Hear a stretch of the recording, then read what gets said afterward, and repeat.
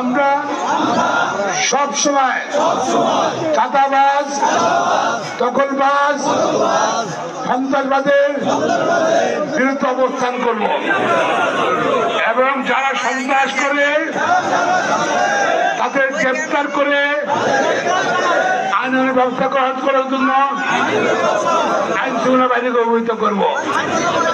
ইনশাল্লাহ আমরা সবসময় এই ওয়াদা রক্ষার চেষ্টা করবো।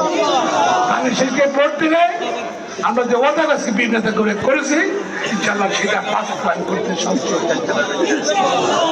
আর আমি ব্যক্তিগতভাবে জাতীয় সুনামের সহ সারা বাংলাদেশে দুর্নীতির বিরুদ্ধে কথা বলবো, দুর্নীতির বিরুদ্ধে অবস্থান নেবো ইনশাআল্লাহ। এই বলে ধানের শীষের পক্ষে, বেগম খানের আদর্শের পক্ষে, শহীদের আদর্শের পক্ষে, তারেক রহমান সাহেবের পক্ষে, জনগণের পক্ষে আপনাদের ভোট চাচ্ছি ধানের শীষে। ঠিক আছে তো?